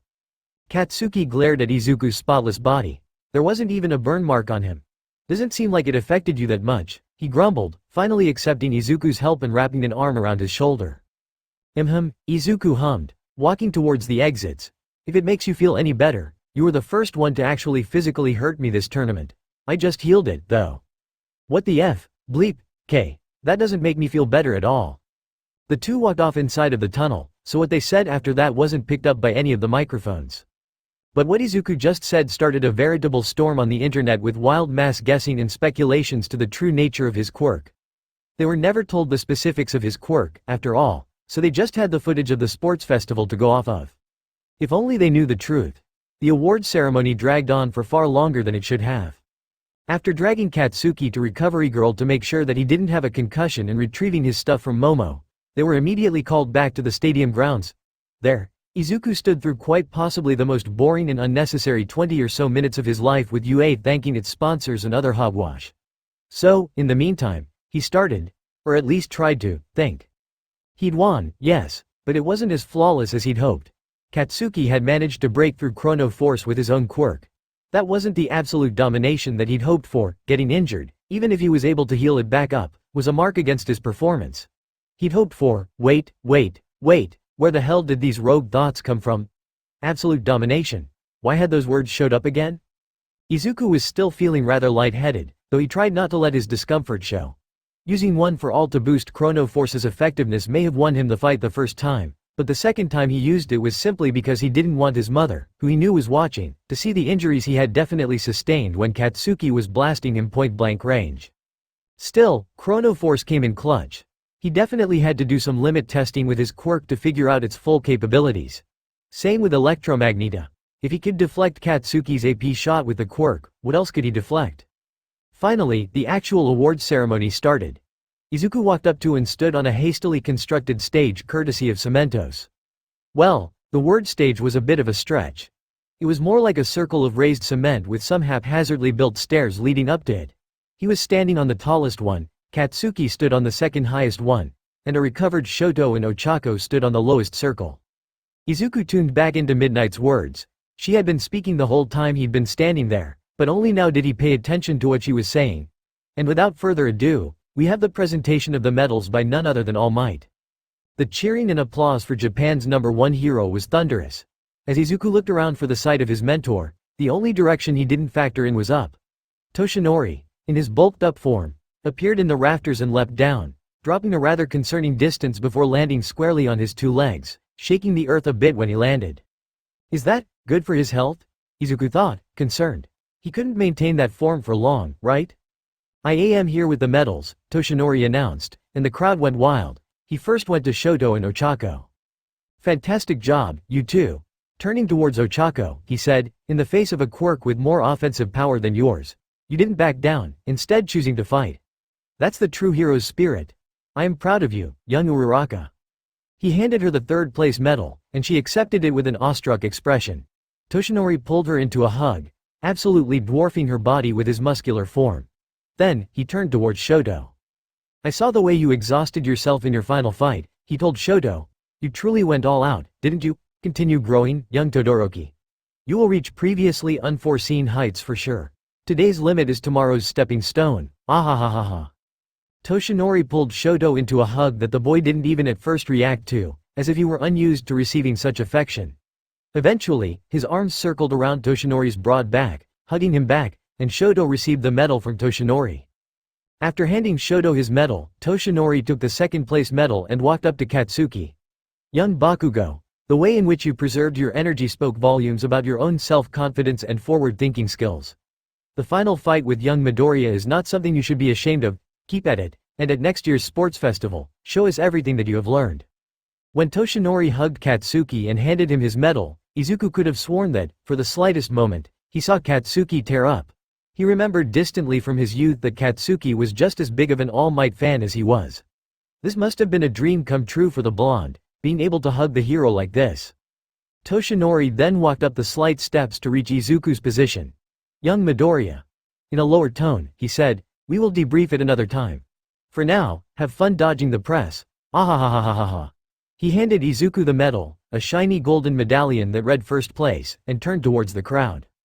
And thus concludes the UA Sports Festival for the first years. Remember though, for those of you who are not standing on this stage, take this opportunity to reflect and see what you can all improve on. Toshinori grinned. Being a hero is all about growing, being a better you than you were yesterday. With a peace sign, Toshinori leapt back up to the rafters from which he jumped down, leaving behind only 2 small craters generated by the force of his jump. As he did so, Midnight dismissed the rest of them, and people started walking out of the stadium, or tried to, as a swarm of people began advancing on the field, carrying notepads and cameras. Oh no, Izuku Midoriya. Izuku Midoriya, over here. Can we get some comments on your performance today? Which match did you think was the hardest, Izuku Midoriya? Shoto Todoroki. What's it like being the number 2 hero's son? Katsuki Bakugo. Why were you holding back in your earlier matches? Ochako looked towards a baffled Midnight. I thought it was against UA's policy to allow reporters onto its grounds? It is, but for the sports festival, we make an exception, Midnight answered, stroking her chin. Even then, they should only be in the stands, though. Something must have happened at the security checkpoint. Izuku frowned. It's going to be a long time before I get back to my dorm. Around dinner time, Izuku finally made his way out of that horrendous mess and arrived at his dorm. That had been only due to the UA faculty coming and flushing out all of the reporters. It had truly been a question-dodging simulation. He was approached by a mob of reporters, all asking decently invasive questions about his quirk and his thoughts on the sports questions, and the evasive answers that he gave only fueled the reporters' thirst for more. He remembered some of the answers he gave and wanted to punch a wall or himself. The latter was preferable, actually. Izuku. Just what is your quirk called? Not sure, haha, Izuku had said. Not sure, haha? That's a strange name for a quirk, but noted. Izuku cringed. He could already imagine his quirk being erroneously listed as not sure, haha, in some articles. The others fared much better than he had. Shoto, probably already used to reporters and paparazzi due to being Endeavor's son, handled the unexpected situation with aplomb. The heterochromatic boy remained calm and poised, answering each question flawlessly and honestly. Ochako, while evidently embarrassed, allowed her natural positivity and friendliness to guide her through the questioning. And Katsuki, Izuku wished he had Katsuki's guts. The blonde had just told everyone to fuck off and blasted a path through to the exit. But that moment had ended. Izuku did not know if his half-assed answers were going to come and haunt him in the future, but it wasn't worth thinking about right now, right? What am I doing? Izuku thought to himself. I'm trying to get justification from myself. Izuku's lightheadedness had dissipated on the walk back to the dorm, which was a relief. As he opened the door to his dorm, Izuku was greeted with a strange sight. A crowd of his classmates were gathered around someone, and they all turned to look at him. Midoriya's here, Eijiro said. Fantastic, thanks for keeping me company, you guys, the unknown person said. Wait, that voice sounds familiar, Izuku noted, it was almost like. The crowd parted to show Mirko, who grinned and licked her lips upon seeing Izuku. Izuku almost collapsed on the spot. What was Mirko, the rank 7 hero in all of Japan, doing here? In his dorm? His mouth started moving before his mind could catch up. And Mirko? The one and only, the hero grinned cheekily, showing off her pearly whites. I've been looking for ya. Figured the best spot to start would be your dorm. You've kept me waiting. I'm sorry, Izuku apologized reflexively. It's just, with the press and everything. Relax, I'm just kidding. Mirko walked up to Izuku and clapped his back, nearly knocking the wind out of him. For how small she was, Mirko certainly packed a punch. Can you show me somewhere quiet? I have something I want to discuss with you alone. Izuku nodded numbly, aware of the gazes of almost everyone in the room. Minoru, in particular, radiated a jealousy so pure and unfiltered that even someone not socially gifted like Izuku could pick up on it. If looks could kill, Izuku would have been disintegrated by the fiery death ray of Minoru's hate-filled eyes. He glanced quickly at another person of interest. Momo. Hers was the only gaze that was not focused on Izuku. Even though she'd already seen her earlier during the day, she was focused on Mirko and her legs in black yoga pants, seemingly set with the intention of devouring her with her eyes. Given how much of a Mirko stan Momo seemed to be, such a reaction was reasonable. She seemed too starstruck to even notice the conversation that was occurring. Well, lead the way. Then, Mirko looked at the group around her and smiled easily. Keep up the hard work, everyone. I can't wait to see what type of heroes you all will be in the future. The crowd around them naturally dispersed after that, leaving Izuku and Mirko alone. Wait a minute, they weren't left alone at all. Izuku could still see Minoru and Denki hovering around the hallway corner, eavesdropping on the two of them. Please follow me, Izuku said, watching Mirko nod. He led her to one of the many unused rooms on the first floor of the UA dormitory. Mirko shut the door behind them, leaving the two of them alone in the room and each taking a seat in the plush chairs. So, why were you looking for me, Mirko? Izuku asked the question that was on his mind. Rumi Usagiyama, Mirko. No, Rumi said. Call me Rumi. I don't give a damn about all that respect or honor noise. I hope you don't mind if I call you Izuku. Sure, go ahead. She looked like she was still waiting for something, so Izuku took a shot in the dark and said, Rumi. Still, it felt strange calling a top 10 ranked hero by their first name, even if he'd been calling All Might Toshinori for years by now. Good, Rumi smiled triumphantly. To answer your question, I've been curious about you ever since you gave the opening speech. It took balls to say what you did. Izuku flushed a bright red. Did you think it was good or bad? I thought it was good. Gutsy. Would have been pretty bad if you lost any of the events, though. She looked at him pointedly. Why'd you do that? Give an opener like that, I mean. Izuku decided to answer her honestly. I thought it would be a good way to raise everyone's expectations of me. I feel that, when people expect a lot from me, I rise to meet the occasion more often than not. Not a bad answer, Rumi acknowledged. You sounded super confident, though. Where did that come from? Izuku sat back in his chair. We were told about the events beforehand. I just felt that I wouldn't lose, especially the 1v1s. The bunny girl hummed, ears twitching. She seemed pleased with his words so far. Seems a far cry from how you were in class, at least according to your classmates. I asked them about you. Izuku didn't know whether to be flattered or feel panicked about her casual admission. Before he had time to gather his thoughts, Rumi spoke. Polite. Kind. Humble. Shy, even. Rumi stared him in the eye. But, a devastating fighter. An opponent that they never want to cross. She leaned forward. Point is, you're interesting. The Izuku of the sports festival, the Izuku that your classmates talk about. I want to figure out which one is the real you. Maybe they're both you. Maybe I couldn't be further off the mark. Either way, I want to find out. Her red eyes bored into his own. He looked away, unable to handle the intensity of her gaze.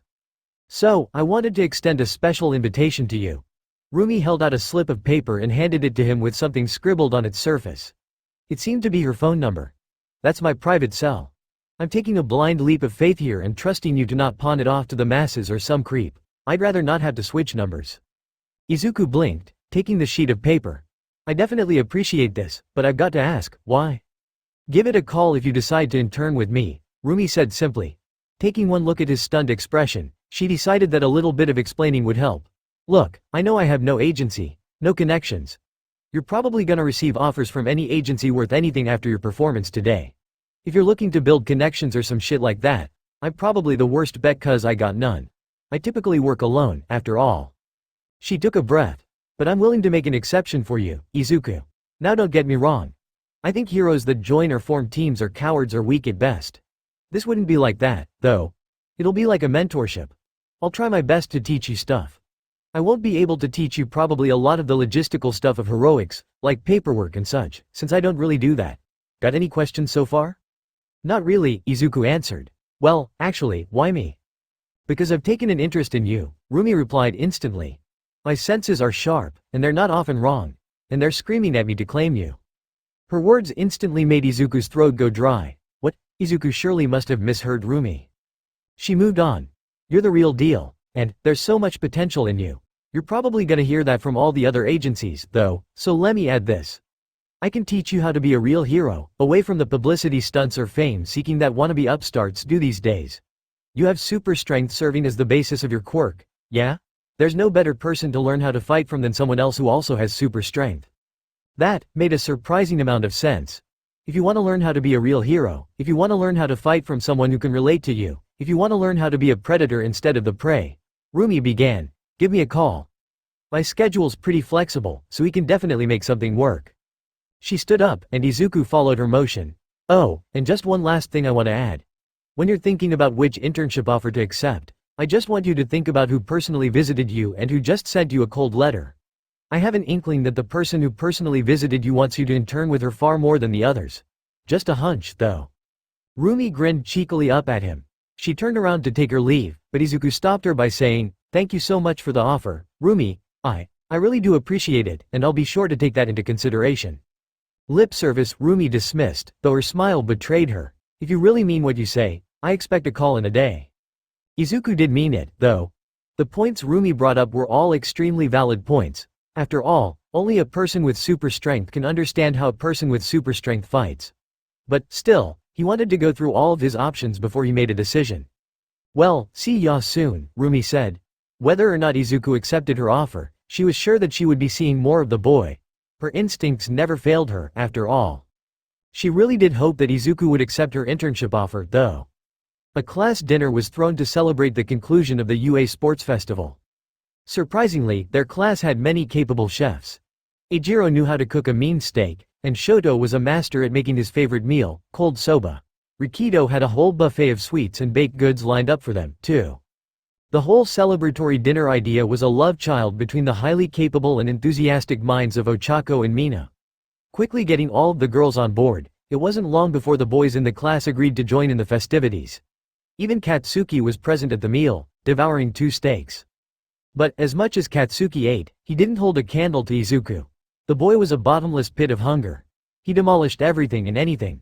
7 bowls of Shoto's cold soba, 4 8-ounce steaks, and a whole slew of pastries disappeared into the boy's stomach. And Momo watched him the entire time, ignoring the main conversation that was going on about how Denki had become a meme. She couldn't help it. Now that Mirko was gone and there was nothing left to distract her from her feelings. Her revelation from earlier in the day hit her like a dump truck driving at light speed. She fell for Izuku Midoriya, romantically. And she'd fallen, hard. Just thinking about it brought a blush to her cheeks, but seeing that she was surrounded by her peers, and most importantly, Izuku, she forced it down with practiced precision. Kill the emotions, she told herself. The lessons from when she was young paid off, and soon, the blush was gone from her face. But she still hadn't stopped watching Izuku. Momo had wanted to take the seat next to him, she really did. But the seat to his right had been taken by a raging, nearly in tears Minoru, who demanded to know what Mirko wanted with the Verdunette, and the seat to his left had been taken by an oddly not screaming all the time Katsuki. So, that had left the seat right across from him. She was happy with what she got, since she was able to pretty much stare at Izuku the entire time. Was she being creepy? No harm done if Izuku didn't notice, right? From snippets of his and Minoru's conversation, Momo gathered that Mirko had been there to offer Izuku an unconventional internship opportunity. She was surprised by that as much as Minoru had been enraged by that, but she was happy to hear that Izuku got such a seemingly rare offer. If anyone deserved it, it would definitely be Izuku. Yao Momo, Mina sung in her ear, snapping her out of her meditative trance of observing Izuku. She nearly shrieked at the sudden interruption, but thankfully, she was able to keep her mouth in check. She stared at the girl sitting to her right. What is it, Mina? Mina brought her mouth close to Momo's ear and whispered, do you think that it's a blessing or a curse that Midori is so oblivious? You've been staring at him all night. Momo fought the rising blush with everything she had and kept her voice level. You must be seeing things. Right, Mina said, rolling her eyes. So, when can we expect the confession to happen? I'm pretty sure you're not the only gal here who's got her eye on Midoriya. Gotta make it quick. What confession? Momo asserted. Her exterior was as cold as stone now. I have nothing to confess to Izuku. Momo immediately realized that she'd made a mistake the moment the words left her lips. The shit-eating grin that Mina sported told Momo that the other girl realized it as well. Mina saw the opportunity and pounced on it. Izuku, huh? Now when did you start referring to him by his first name, him? Did something happen between you two that I'm not privy to? Slip of the tongue, Momo adamantly denied. Really? Slip of the tongue. Izuku sat on his bed, freshly showered, but he was a bundle of nerves. In his right hand, Izuku held his phone, having just gotten off the phone with his ecstatic mother. My baby boy, winning the sports festival, she'd said. But that wasn't on his mind right now. He flipped to his messages app, and his most recent text was from Himiko that read, "I hope we're ready for a surprisey." He wasn't. Knowing Himiko, it could have been anything. He just had to make sure he was ready for everything. Backup plans on backup plans, contingencies on contingencies, something like that. His phone buzzed. Another text from Himiko. "Himiko. I am too lazy to throw a rock but I am here. Himiko. Open up and come claim prize. Oh, wow." The image of Himiko dressed in nothing but a ribbon briefly flashed through Izuku's mind, but he quickly shook that out of his mind, opening the window and spotting Himiko on the ground below. She waved up at him, and she seemed to be dressed reasonably for the time and weather. Since it was still May, it was warm in Japan, even at night. But still, Himiko was dressed in a black skirt with black knee-high socks. That combination was enough to make Izuku's face heat up just by looking at her. Shaking his head once again, he extended Black Whip down to the ground, feeling Himiko hop on the tendrils and retracting them. She entered through the window with practiced grace, landing noiselessly in his room. "Izu," she hummed, stalking up towards him. "Congratulations on winning the sports festival." Himiko hugged him, and Izuku, holy shit. Was she not wearing a bra? Was she not wearing anything underneath her UA hoodie? Himiko noticed his consternation and grinned cutely, taking his hand in hers and running it underneath her hoodie. He felt nothing but smooth, taut skin and the rough outline of Himiko's abdomen. Her hand left his under the hoodie and her two arms snaked around his neck, pushing them forward until Izuku tipped over and fell onto the bed with Himiko on top of him. She looked down at him, gaze half-lidded and yellow eyes almost glowing. Thanks," Izuku said, avoiding her gaze. Himiko's gaze was full of something, and Izuku did not know what the something was. Just looking at her made him start sweating, and he pulled his sweaty palm out from underneath her hoodie. That action just elicited a whine from Himiko, though. She pouted and said, "Your hand was fine where it was." "It was getting sweaty," Izuku said in a desperate attempt to justify his actions. His nervous excitement warred with his apprehension. Himiko shrugged. "I don't mind," she smiled, cat-like, and pressed her upper body into his, propping herself up with a hand on her chin and looking down at him affectionately. That action caused Izuku's brain to short-circuit when he felt her two globes press into his chest. Taking advantage of his mental implosion, Himiko took the opportunity to kiss him. It was tender at first, nips at his lower lip. Then, as if a switch had been flipped, her tongue invaded his mouth and plundered it, leaving no area left unexplored. As she did that, Himiko ground her hips into his rapidly hardening erection. Izuku wrapped his arms around her waist and hugged her close. With a painful but stimulating bite on his lower lip, Himiko reached back and moved Izuku's arms so that it palmed her butt. Once again, the paradox of Himiko's lovely ass made itself known. So soft, but firm as well. Izuku gave it a tentative squeeze. "It's getting hot in here," Himiko said, peeling off of Izuku but keeping her hips firmly planted over his. She reached down to tug off her hoodie, and Izuku saw that his suspicions were correct. She wasn't wearing anything underneath, not even a bra. "Boobs. Calm yourself, Izuku. You can't lose concentration." "Oh, fuck it, boobs." Himiko's beautiful, perky breasts hung in the air.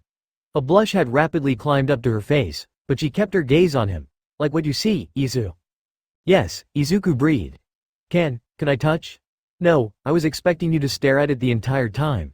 Himiko deadpanned. Then, realizing that Izuku would probably take her words literally, she added affectionately, "Yes, you can, dork." Izuku reached up, hands shaking. He finally palmed both breasts in his two hands, pushing forward and marveling at their elasticity. He pressed them together and released, watching them fall apart and bounce. Holy shit, the bounce. Izuku repeated the action 3 more times, mesmerized by the bounce. Himiko giggled, face still heavily flushed. "Why'd I feel like this is a science experiment?" "Sorry." Izuku looked up at Himiko. Can you what?" Himiko teased, a large Cheshire smile stretching across her face. "You use my mouth," Izuku mumbled. Himiko leaned down and whispered hotly into his ear, "I can't hear you." Izuku swallowed, face aflame. If he had taken the time to look at Himiko's face, he would have realized that she was blushing just as hard as he was. "Can I use my mouth?" Himiko didn't relent. "On what? On your breasts." Himiko giggled, sitting up on his lap and stretching, arching her back. The action served to really accentuate her bust. "Go ahead." Izuku sat up so that he could have better access to what he wanted to do. He tenderly took one nipple into his mouth and suckled on it, flicking his tongue over the hard nub. Himiko let out a quiet moan at his action, and that spurred Izuku forward, doubling his efforts and hugging Himiko closer to him with his arms. That action unbalanced both of them, and Himiko fell backwards, bringing Izuku down with her. Izuku peeled back momentarily to observe the view. And what a view it was! Himiko, flushed and breathing deeply, lying down on his bed. Himiko's golden hair splayed out like a halo. Himiko's beautiful breasts and hard nipples under his fingertips. Himiko's yellow eyes, gazing lovingly up at him. It was all too much for Izuku. Beautiful, he breathed. Himiko flushed an even darker shade of red at his wholehearted compliment. How many times do I have to say this? She whined, covering her face with her arm. Frontal attacks aren't fair. But you really are just. Izuku pressed a kiss into the valley between her breasts, feeling them press against his cheeks, so very beautiful. Suddenly, he felt two hands wrap around his head and roll them over so that Himiko was on top again. Her eyes, half-lidded, sparkled with a visible hunger. She was nearly hyperventilating. Her breathing was that rapid. Izuku, she said shortly, take off your shirt. Izuku was quick to comply, throwing his shirt somewhere near Himiko's jacket. Himiko immediately ran her hands all over his abs and chest, nearly drooling at the sight. Nay. I'm sorry. Izuku didn't hear what Himiko had said. Mine. Her eyes, needy and ravenous, peered up to look at his. Yes, Izuku said affectionately, I'm all yours. His words seemed to set Himiko off. She went about drilling the details of Izuku's upper body into her memory, running her hands, lips, and sometimes even tongue alongside Izuku's hard musculature. Knowing what Himiko probably wanted to do, Izuku relaxed chrono force. He felt her nip at his skin, sucking to leave hickeys behind, and she even bit his neck hard enough to draw blood, though this time she didn't drink any of it. You know, I wish I could mark you more permanently, Himiko sighed, peeling back and observing her handiwork. But these disappear fast, no? Sometimes they disappear before I leave, even. Quirk, Izuku explained. One for all has subsets of quirks, each with their own abilities. One of them is Black Whip, you know, the black string that brings you up to my room. Another is Chrono Force, which reconstructs my body apparently. Shish. Himiko shushed Izuku by kissing him on the lips. This was a conversation that they could have another time. Now, she was in the mood for something else. She pawned Izuku Jr. through his shorts, feeling the hard length against her hand. Himiko? Izuku yelped in surprise, voice an octave higher than what it usually was. What? She asked, innocently. Izuku swallowed. Why your hand? Oh, I know, Himiko smiled. She had him right where she wanted him. Izuku had sparked that needy hunger in her, and this time, she wasn't going to leave until it was satiated. What or why you doing? Izuku stuttered, a mess of inflamed nerves. She bit her lip and said sultrily, I was just thinking I could maybe suck something of yours? Izuku froze at her direct words. Luckily enough for Himiko, her face was already so heavily flushed that delivering that line didn't change or add much to her complexion. Izuku, on the other hand, just paled. Himiko, worried that perhaps she had rushed things a bit too fast, was about to speak before Izuku squeaked out. Himiko, I think I just came. Himiko blinked at him. No, I didn't. Izuku let loose a sigh of relief. Really came close, though. You surprised me, Himiko. Himiko let a few giggles loose into her bare arm. So, she and Izuku were both weak to frontal attacks, huh? Well, it was more like Izuku had zero defense to speak of. Teasing, frontal attacks, they all worked wonders on him. God, Izuku was so cute. So fucking cute. So very absolutely fucking cute. And he was all hers. Mine.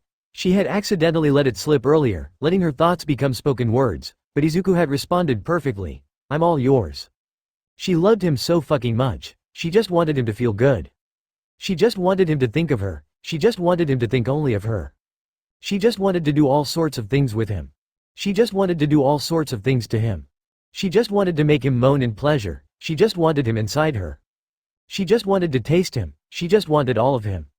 Restraining herself slightly, Himiko decided to claim what was in front of her.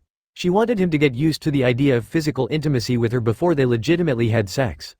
Himiko had that day, that moment, all planned out. No need to rush and do anything Izuku wasn't ready for. Start things off with some skinship. Check. Spice things up with oral sex was the next step. Himiko had practiced for this day with cucumbers, but Izuku didn't have to know that. So, she crawled down to the hem of his shorts and looked up at him. Can I? Izuku looked at her, nervousness and excitement warring on his face. He eventually bit his lip and nodded, eyes never leaving hers. Good. I'm a bit thirsty, and it's not for blood. Izuku laughed nervously. A pun, Himiko? Himiko giggled. It's a line I've always wanted to use with you. And, plus, she pulled down his shorts. I intend on draining you dry tonight.